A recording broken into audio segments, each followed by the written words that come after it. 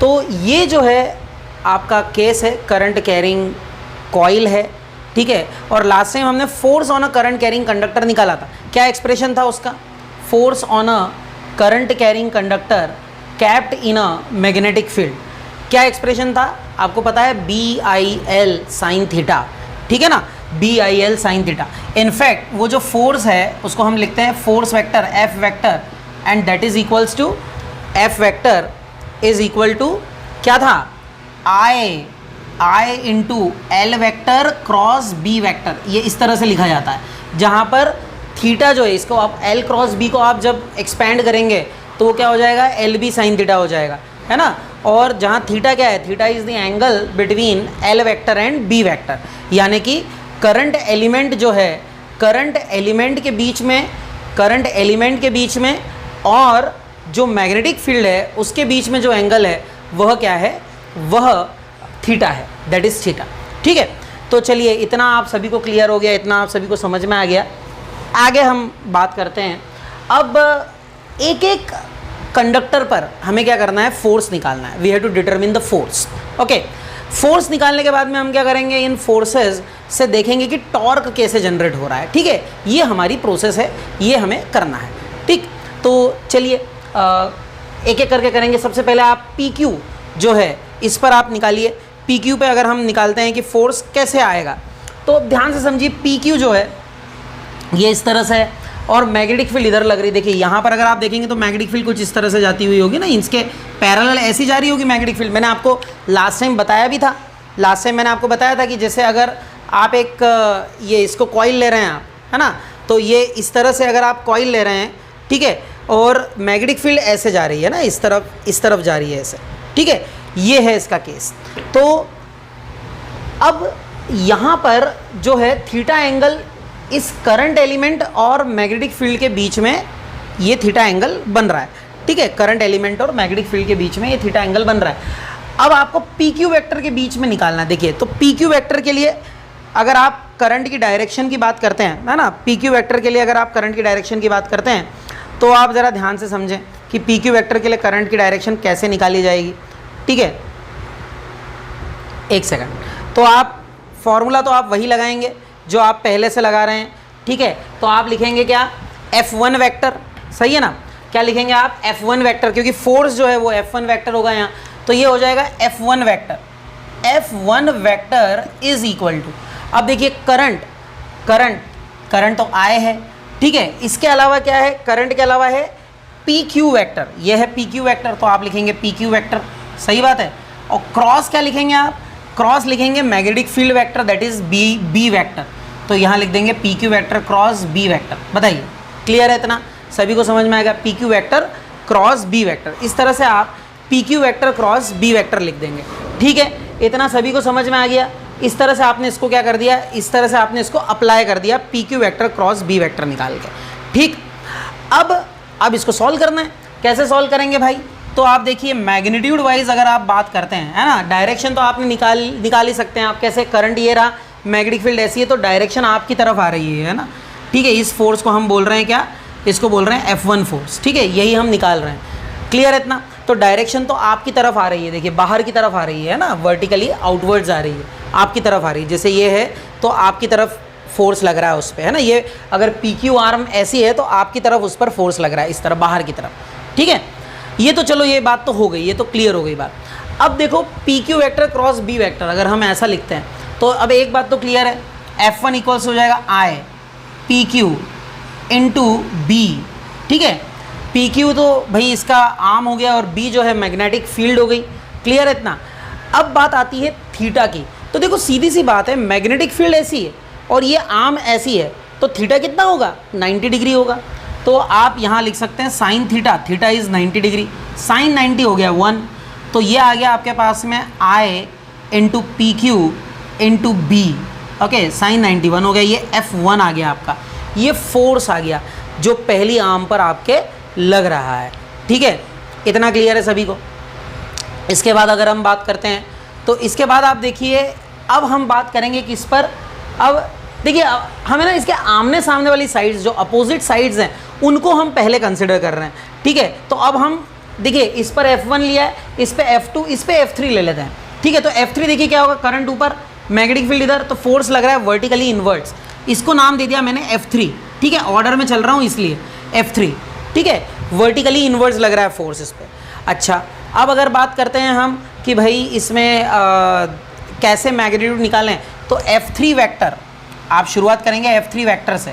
F3 vector is equal to, आप लिखेंगे current, लिख दीजिए करंट, उसके बाद लिखिए आर्म क्या है, RS वेक्टर, तो आप लिखेंगे IRS वेक्टर, फिर लिखेंगे क्रॉस B वेक्टर, लिख दीजिए B वेक्टर। क्लियर है इतना, RS vector cross B vector.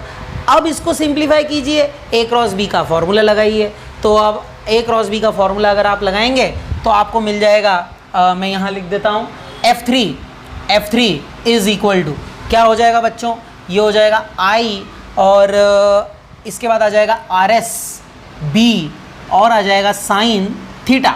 Again theta जो है 90 डिग्री हो जाएगा, क्योंकि आपको पता है ये देखिए आर्म ऐसी है, ये RS, ये RS ऐसी है और मैग्नेटिक फील्ड ऐसी जा रही है, तो एंगल कितना हो जाएगा, 90 डिग्री हो जाएगा। तो बहुत ही आसानी से आप इसको 90 लिख देंगे। साइन 90 आप सभी को पता है 1 होता है, तो साइन 90 हो गया 1। अगर साइन 90 1 हो गया है, इसको मैं हटा देता हूँ, यहाँ से हटाया था वैसे ही यहाँ से भी हटा दूंगा, ये आपके पास आ गया F3 equals to IRS into B, ठीक है। अच्छा, इसमें एक और चीज़ जो हमें ऐड कर देनी थी, इस वाली स्टेप में ही कर देते तो ज़्यादा अच्छा था। देखिए PQ हो या RS हो, दोनों अपोजिट साइड्स हैं, and these opposite sides, let these opposite sides are equal to L। तो नेक्स्ट स्टेप में यहीं आप लिख सकते थे BIL, लिख सकते थे ना, यहीं आप BIL लिख सकते थे। और similarly here also you could have written very easily BIL। Okay, so here F3 equals to BIL, here also F1 is equal to BIL. So you can see that these two forces are equal and opposite. ये दो forces equal और opposite हैं और वो intersect नहीं कर रहे हैं, ठीक है, इंटरसेक्ट नहीं कर रहे हैं, इक्वल और अपोजिट हैं पर इंटरसेक्ट नहीं कर रहे हैं। यही टॉर्क जनरेट करते हैं, ऐसे फोर्सेस ही टॉर्क के लिए रिस्पॉन्सिबल होते हैं। तो ये फोर्सेस क्या करेंगे, आगे टॉर्क जनरेट करेंगे, ठीक है। तो अब हम इसके टॉर्क को भी निकालने की कोशिश करेंगे।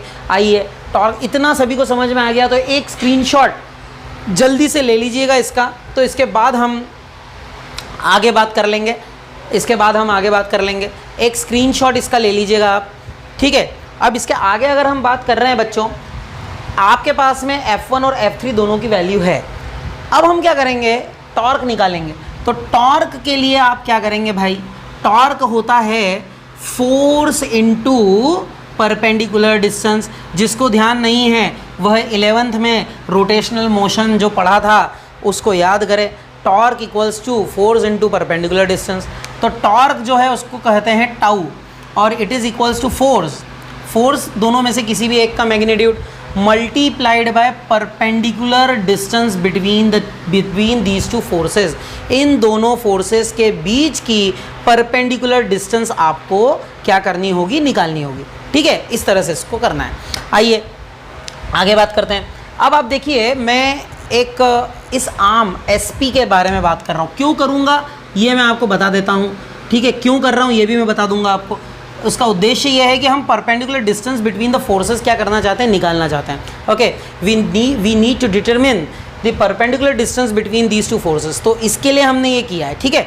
तो अब आप देखिए, अगर मैं क्या करता हूँ, अगर मैं S पॉइंट पर फोर्स की बात करता हूँ, तो देखिए ये यहाँ पे F3 फोर्स हर पॉइंट पे लग रहा है। तो यहाँ ये जो फोर्स है ये कहाँ लग रहा है, वर्टिकली इनवर्ट्स लग रहा है। तो ये देखिए अंदर की तरफ ये फोर्स लग रहा होगा, यहाँ इस तरह से अंदर की तरफ ये फोर्स लग रहा होगा वर्टिकली इनवर्ट्स। और ये फोर्स कौन सा है, ये फोर्स है, अगर मैं स्ट्रेट नहीं बना पाया हूँ तो भी आप समझ जाएंगे कि ये स्ट्रेट है, ठीक है, ये स्ट्रेट है, ठीक है। और ये क्या है बेटा, ये है F3 force, this is force F3, this is force F3। Clear है इतना। अब बात करते हैं F1 फोर्स की। तो यहाँ पर F1 फोर्स कैसा लगा, बाहर की तरफ लग रहा होगा। तो यहाँ पर जो है F1 फोर्स ऐसा बाहर की तरफ लग रहा है, ठीक है, इस तरह से बाहर की तरफ लग रहा है। समझिएगा कि जैसे एक, अगर हम कॉइल की बात करते हैं, देखिए यहाँ जैसे कॉइल ले लिया हमने, तो ये ऐसा है ना, ऐसा केस है। तो ये वाला जो एंड है ये कौन सा है, P एंड है। और P एंड पे फोर्स कहाँ लग रहा है, ऐसे बाहर की तरफ, आपकी तरफ आता हुआ दिख रहा है, आपकी तरफ आता हुआ दिख रहा है। और यहाँ पे जो है फोर्स कहाँ जा रहा है, ऐसा पीछे की तरफ जा रहा है, ऐसा ये वाले को आगे की तरफ खींच रहा है, इस वाले को पीछे की तरफ खींच रहा है, ठीक है, ओके।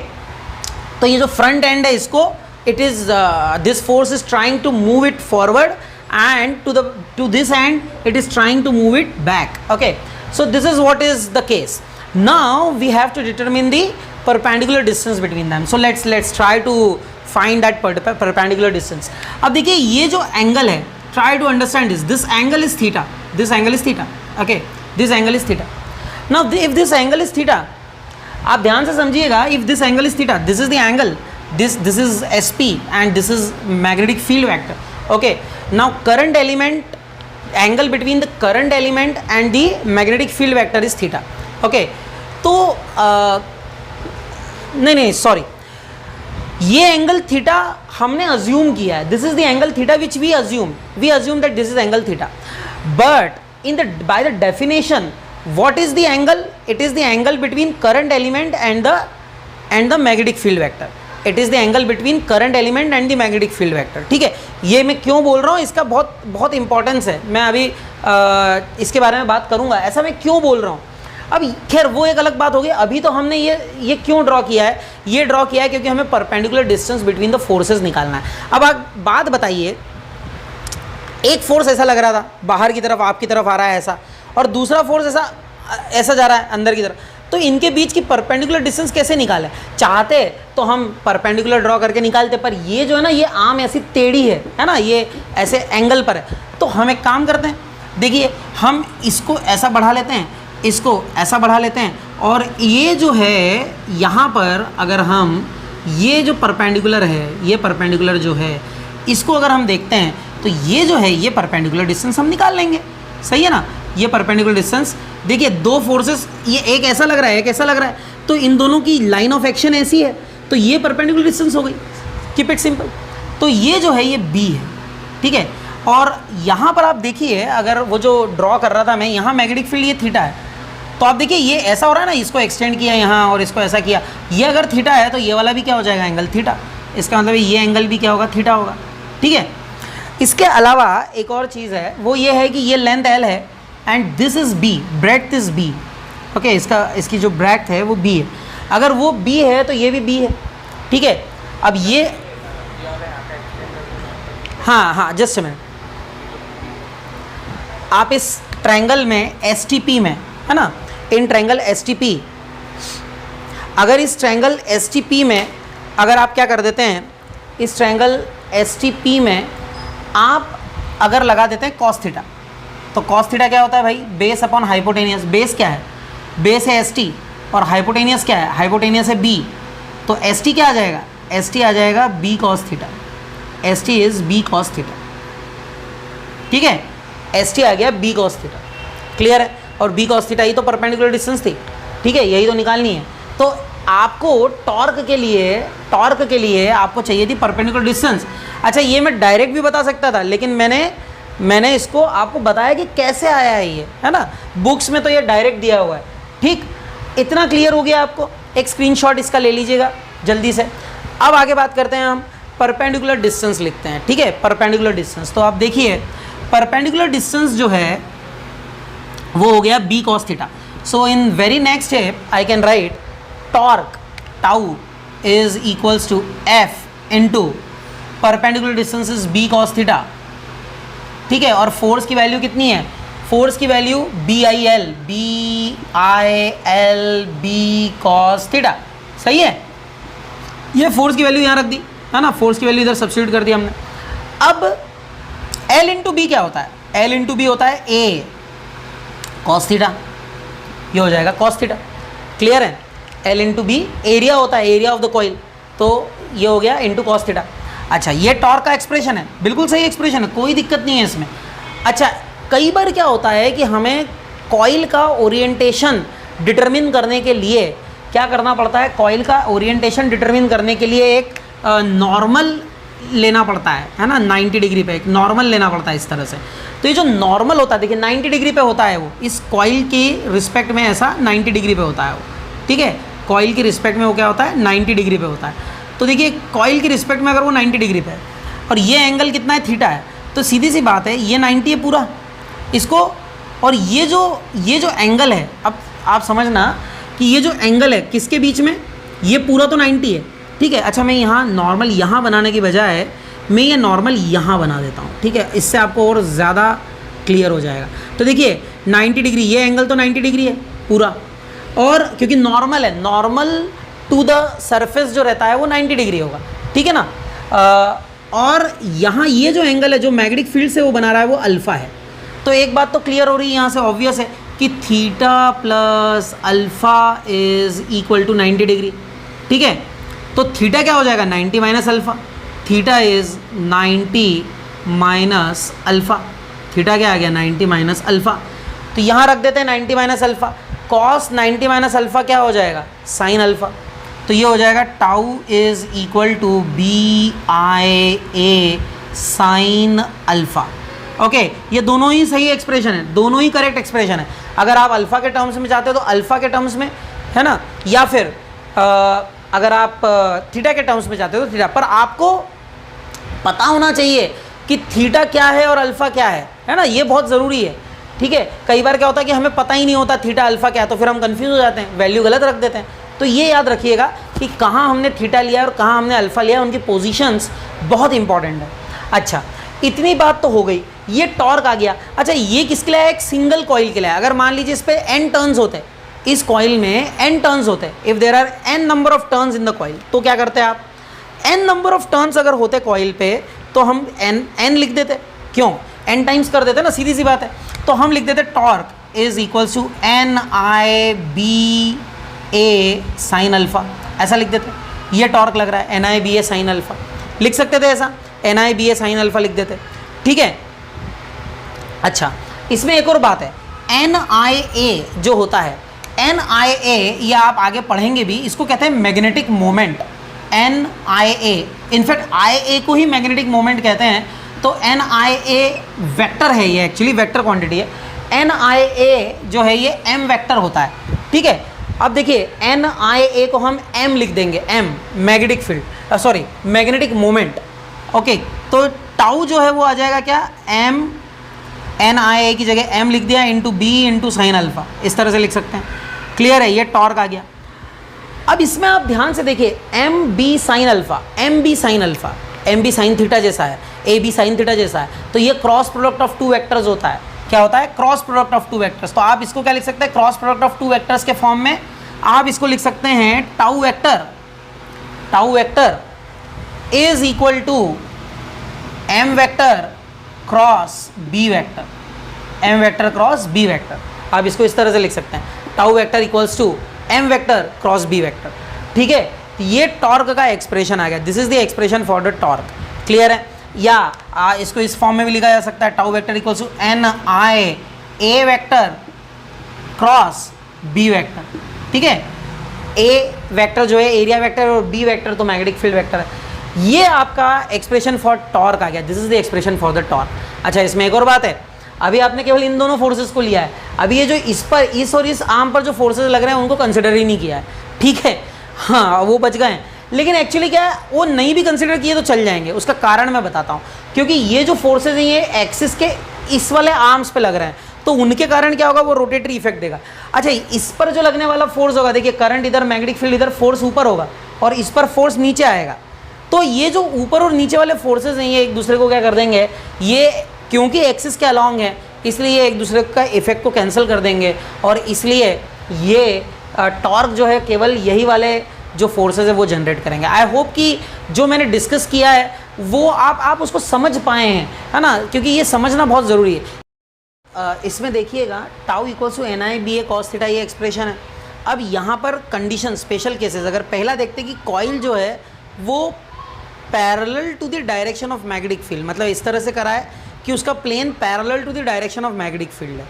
अच्छा, parallel to direction of magnetic field है, मतलब अगर मैग्नेटिक फील्ड ऐसी है तो उसका प्लेन भी पैरेलल है। प्लेन पैरेलल मतलब ऐसा होगा, सही है ना, plane parallel to direction of magnetic field होगा, मतलब ऐसा होगा, सही है। Plane parallel to the direction of magnetic field, ये प्लेन है और मैग्नेटिक फील्ड भी इसी प्लेन में है, ठीक है। तो ऐसे केस में थीटा क्या हो जाएगा, ये सीधी सी बात है, मैग्नेटिक फील्ड और ये दोनों पैरेलल ही हो गए ना, या तो पैरेलल हो गए या एंटी पैरेलल हो गए। तो थीटा जो होगा ऐसे केस में सीधा सा है कि 0 डिग्री हो जाएगा, क्योंकि जिस डायरेक्शन में मैग्नेटिक फील्ड अगर वो ऐसी और इसी प्लेन में ये रखा हुआ है तो थीटा 0 डिग्री हो जाएगा। और cos 0 क्या होता है बच्चों? cos 0 1 होता है, तो ये 1 हो गया। तो जो टॉर्क है ये मैक्सिमम होगा टाउ मैक्स, और ये आएगा NIBA, tau max is NIBA। ठीक है, इस तरह से आप टाउ मैक्स निकाल सकते हैं। अगला जो है वह है, टाउ मैक्स तो आपने निकाल लिया, अगला जो है वह है कि अगर थीटा जो है वह कितना है, वह 90 डिग्री है, मतलब कि अच्छा एक और बात, ये जो है जब थीटा 0 डिग्री होता है, जब थीटा 0 डिग्री होता है तो यहाँ टॉर्क मैक्सिमम होता है, और ये जो केस है ना इसको रेडियल फील्ड कहा जाता है। रेडियल फील्ड मतलब जब मैग्नेटिक फील्ड और जो कॉइल है उसका प्लेन एक ही हो तो उसको रेडियल फील्ड कहते हैं, that is called radial field, उसे रेडियल फील्ड कहा जाता है। ठीक है, that is called radial field. आगे अगला है कि जब वो परपेंडिकुलर होगा, अगर प्लेन परपेंडिकुलर हो जाए, मतलब जैसे ये है मैग्नेटिक फील्ड ऐसे इस तरफ और प्लेन जो है वो ऐसा है, तो ऑब्वियसली ऐसे केस में क्या होगा, जो एंगल होगा करंट एलिमेंट और इसके बीच में जो थीटा होगा वह कितना होगा, वह 90 डिग्री होगा इस केस में। तो जब वो परपेंडिकुलर, ये तो फर्स्ट केस हो गया। अब सेकंड केस है जबकि वो परपेंडिकुलर प्लेन में है ना, मैग्नेटिक फील्ड के परपेंडिकुलर प्लेन में, तो उस केस में क्या होगा, थीटा 90 डिग्री हो जाएगा, और थीटा 90 होते से cos 90 0 हो जाएगा, तो टॉर्क जो है वह मिनिमम हो जाएगा और 0 हो जाएगा। तो इस केस में टॉर्क जो है वह क्या हो जाता है, 0 हो जाता है, मिनिमम और 0 हो जाता है, यह आपको ध्यान देना है। ठीक है, तो परपेंडिकुलर जब रहता है मैग्नेटिक फील्ड के प्लेन के तो उस केस में ये टॉर्क 0 हो जाता है। ठीक है, तो ये जो थे कुछ स्पेशल केसेस थे जो कि हमें देखने थे इस पर्टिकुलर डेरिवेशन से रिलेटेड। एक बात देखी थी कि रेडियल मैग्नेटिक फील्ड में थीटा मैक्सिमम, मतलब टॉर्क मैक्सिमम होता है। रेडियल मैग्नेटिक फील्ड के केस में टॉर्क जो होता है वो कैसा होता है, मैक्सिमम होता है। अच्छा, तो ये आपने देखा हुआ है, ये आपको पता है कि टॉर्क जो होता है वो मैक्सिमम होता है रेडियल फील्ड में, और आप चाहोगे कि जो डिफ्लेक्शन हो रहा है कॉइल पे वो हमेशा मैक्सिमम रहे, इसलिए जो है आप क्या करते हो, इसको रेडियल फील्ड बनाते हो। Okay, you make it a radial field, you make it a radial field. ठीक है, you make it a radial field. अब बात आती है कि यहाँ अगर अपन ने एक कॉइल रखी है, और अगर एक कॉइल रखी है और अगर उसमें करंट फ्लो किया, अब वो डिफ्लेक्ट हुआ, ठीक है ना, वो डिफ्लेक्ट हुआ। ये डिफ्लेक्शन जो है ये बहुत मैटर करता है, क्योंकि यही डिटरमिन करेगा करंट की वैल्यू। कैसे करेगा उसके बारे में बात करते हैं हम। देखिए टॉर्क जो है, टॉर्क का एक्सप्रेशन क्या था, NIBA, और क्या था, NIBA cos थीटा। ठीक है, और इसमें आपने देखा था थीटा 0 हो गया था, cos 0 1, तो ये आ गया था NIBA। ये टॉर्क का एक्सप्रेशन था, मैक्सिमम टॉर्क। ठीक है, अब क्या होता है कि यहाँ पर क्या करते हैं, एक असली जो गैल्वेनोमीटर, जो मूविंग कॉइल गैल्वेनोमीटर जो होता है, जो हैंग किया हुआ होता है, उसमें क्या होता है, एक स्प्रिंग बोल सकते हो, या एक फॉस्फर ब्रॉन्ज का एक हेड लगा होता है। वो क्या करता है मालूम है, उसमें ट्विस्ट आता है। जब उसमें ट्विस्ट आता है ना, तो ये जो टॉर्क है उसके अगेंस्ट एक रिस्टोरिंग टॉर्क जनरेट हो जाता है। अच्छा, और जब अगर पॉइंटर जो है वो ऐसे जाके बैलेंस हो गया एक जगह, इसका क्या मतलब है, इसका मतलब कि भाई जितना टॉर्क ये करंट ने प्रोड्यूस किया था उतना ही रिस्टोरिंग टॉर्क जो है वो फिर से प्रोड्यूस हो गया, इसलिए तो वो स्टेशनरी हो गया कि ना तो इधर जा रहा है ना इधर जा रहा है, एक जगह जाके रुक गया। तो वो जो होता है वो इक्वल टू होता है K थीटा। ये actually F equals to KX जैसा है, जैसे F इक्वल्स टू KX होता है वैसे tau equals to K theta. ठीक है, तो ये हो गया K थीटा के equal, it is tau equals to K theta. और ये किसके इक्वल हो जाना चाहिए, ये NIBA के इक्वल होना चाहिए, it should be equal to NIBA, होना ही चाहिए, सीधी सी बात है, तभी तो वो स्टेशनरी होगा, वहाँ जाके स्टेशनरी तभी होगा। तो अब ये हो गया NIBA। यहाँ से आप क्या लिख सकते हैं, यहाँ से आप देखिए क्या लिख सकते हैं, NIBA हो गया, तो I इक्वल्स टू आप लिख सकते हैं I equals to K upon NBA into theta. I equals to K upon NBA into theta, बहुत इंपॉर्टेंट बात है ये।